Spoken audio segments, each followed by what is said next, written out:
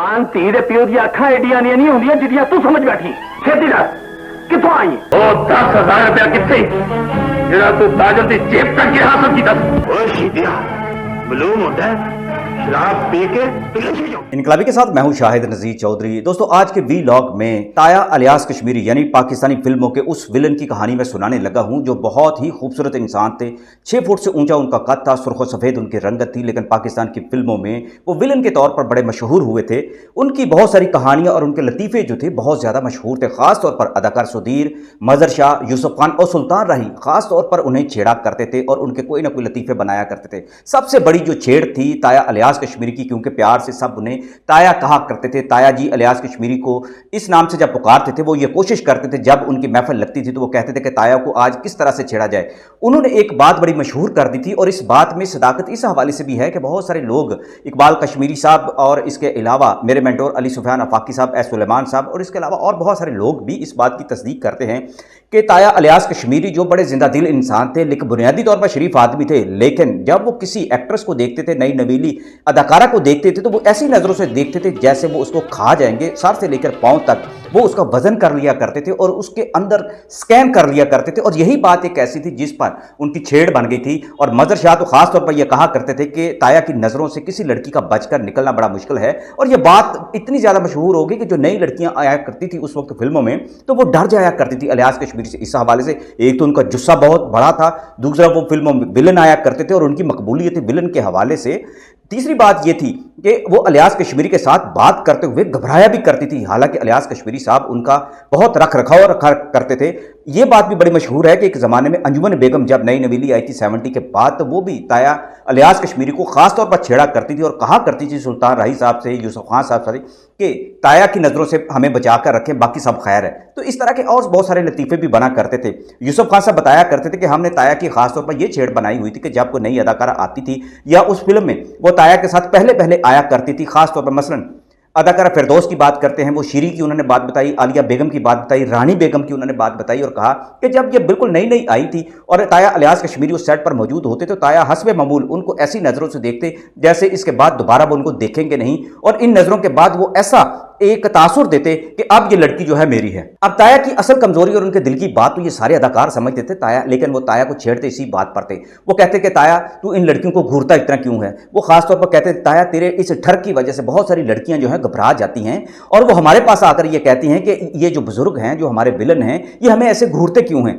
वो कहा करते थे कि ताया की आंखों का जो है ना, इनको नीचे गिरा कर इनको रखना चाहिए। अब वो करते क्या थे कि ताया से इन लड़कियों की फ्रैंकनेस कराने के लिए वो ये कहा करते थे कि ताया इनके सर पर तुम दुपट्टा दो और इनके सर पर हाथ रखो। ये बात शुरू में तो होती रही। अलियास कश्मीरी साहब इस चीज़ को एंजॉय भी करते थे, जिंदा दिली से इस तरह की बातें भी सुना करते थे, कह लगाया करते थे। खासतौर पर शीरी ने एक दफ़ा जब उनसे दुपट्टा लेने से इनकार कर दिया और कहा मैं तो अलियास कश्मीरी साहब को बहुत ज़बरदस्त हीरो समझती हूँ आज भी, लेकिन आप लोग इन्हें फिल्मों का विलन समझते हैं, लेकिन मैं तो इन्हें ताया नहीं कहूँगी। असल बात भी ये थी कि कोई भी हीरोइन जो थी, फिरदौस बेगम से लेकर शीरी और नगमा बेगम भी, बहार बेगम भी, कोई भी ताया अलियास कश्मीरी को ताया कहने से गुरेज भी किया करती थी, लेकिन जब उन्हें छेड़ना मकसूद होता था तो वो ताया भी कह लिया करती थी। आप आगे बात बढ़ाने से पहले एक इंतहाई दिलचस्प वाक़या अदाकारा मुमताज़ के साथ भी हो गया था, जिस पर एक दफ़ा ताया जी को यानी कि अलियास कश्मीरी को इंतहा से ज़्यादा गुस्सा चढ़ गया था।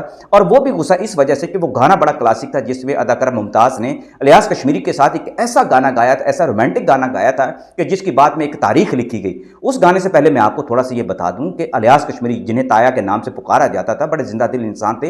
ये पाकिस्तानी फिल्मों के पहले हीरो थे और हीरो भी ऐसे कि पाकिस्तान बनने से पहले जो इंडिया में जो फिल्में बना करती थी उन फिल्मों के भी ये हीरो थे।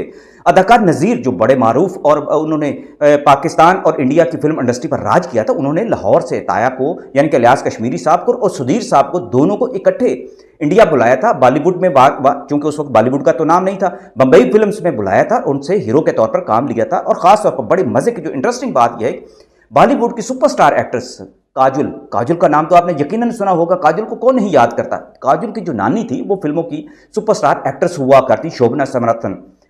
शोभना के साथ ताया अलियास यानी कि अलियास कश्मीरी पहले हीरो थे मलका फिल्म में, जो 47 या 46 में वो फिल्म बनी थी।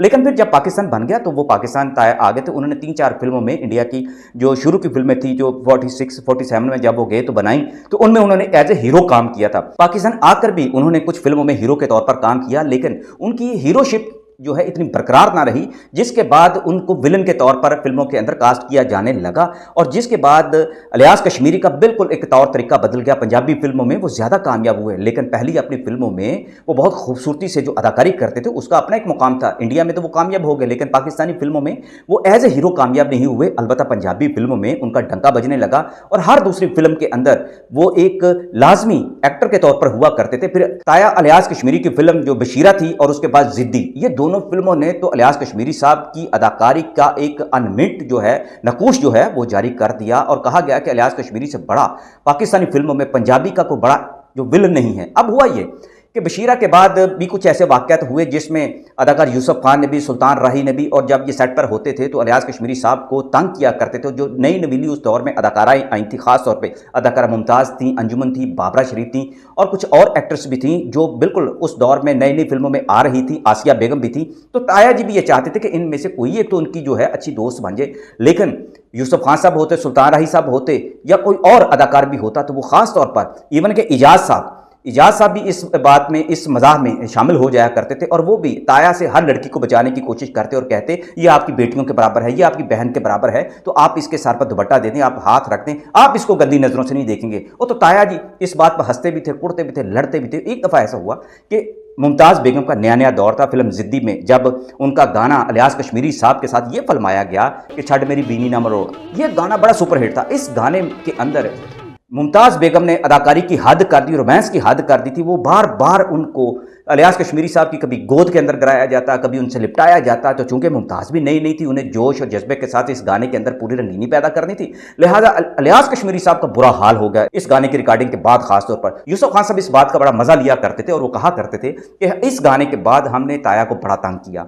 हमने कहा कि ये नई नई बच्ची है मुमताज़, तो इस पर जो है नजर कर्म रखो। तो पहली दफ़ा इलियास कश्मीरी साहब को गुस्सा चढ़ गया और कहते हैं कि तुम लोग मुझे गुनाहगार करके मारोगे, तुम मुझे जलील करके मारोगे। फिल्मों में जिन लड़कियों की मैं इज्जतें लूटता हूं, जो मेरे साथ गाने फिल्माती हैं, जो मेरे साथ रोमांस करती हैं, मैं उनको बेटियां कहता रहूं, और खुद तुम इतने गैरतमंद हो कि जिस लड़की को तुम एक दफ़ा बहन कह लो उसके बाद तुम उसके साथ हीरोइन के तौर पर काम करने से इनकार कर देते हो। ये बात यूसुफ खान साहब का एक खासा था कि वो जिसको हीरोइन एक दफ़ा बना लेते थे, फिल्म के अंदर बीवी का रोल उसके साथ कर लेते थे, तो दोबारा उसको अपनी बहन के रोल में वो नहीं लिया करते थे, अड़ जाया करते। तो इस तरह के बहुत सारे और भी वाक़यात हुए। तो ताया इलियास कश्मीरी पाकिस्तान की एक बड़ी बागो बहार शख्सियत थी, लेकिन ये जो गाना छड़ मेरी बीनी ना मरोड़, इस गाने ने ताया को पहली दफ़ा उलझा के रख दिया था और उन्होंने कहा था कि मैं मुमताज़ को ना अपनी बेटी कहूँगा ना मैं बहन कहूँगा, वो एक कोलीग है और इस तरह की जो है आइंदा मेरे साथ तुम लोगों ने हरकत नहीं करनी। कहा जाता है कि उसके बाद यूसुफ खान साहब तो खैर बाज नहीं आया करते थे, बाकी सब जितने भी अदाकार थे वो ताया जी को खुली आज़ादी देने के कायल हो गए थे। और ताया जी, जिन्हें ताया जी इलियास कश्मीरी कहा जाता था, वो एक हद से आगे नहीं जाया करते थे, वो कभी किसी की मजबूरी से फ़ायदा नहीं उठाया करते थे। हाँ, दोस्तों के साथ वो महफिलों में पूरी अपनी रंगीनी का लुत्फ उठाया करते थे और कहा जाता है कि उनकी ज़िंदगी का जो आखिरी वक्त गुजरा था वो बड़ा मिजरेबल था।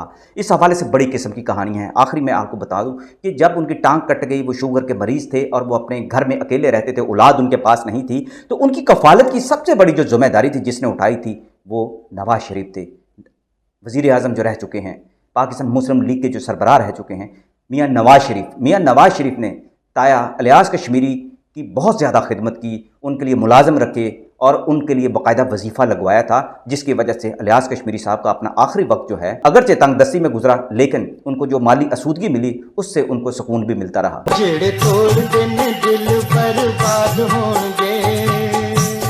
मेरी बीनी ना मरोड़, 10,000 रुपया कितने जेड़ा तू ताजल दी जेब तक गिरा हासिल की दस। ओ शीदिया मालूम होता है शराब पी के इस बहरूपिया ने प्रिंस बनकर हम सबको धोखा दिया।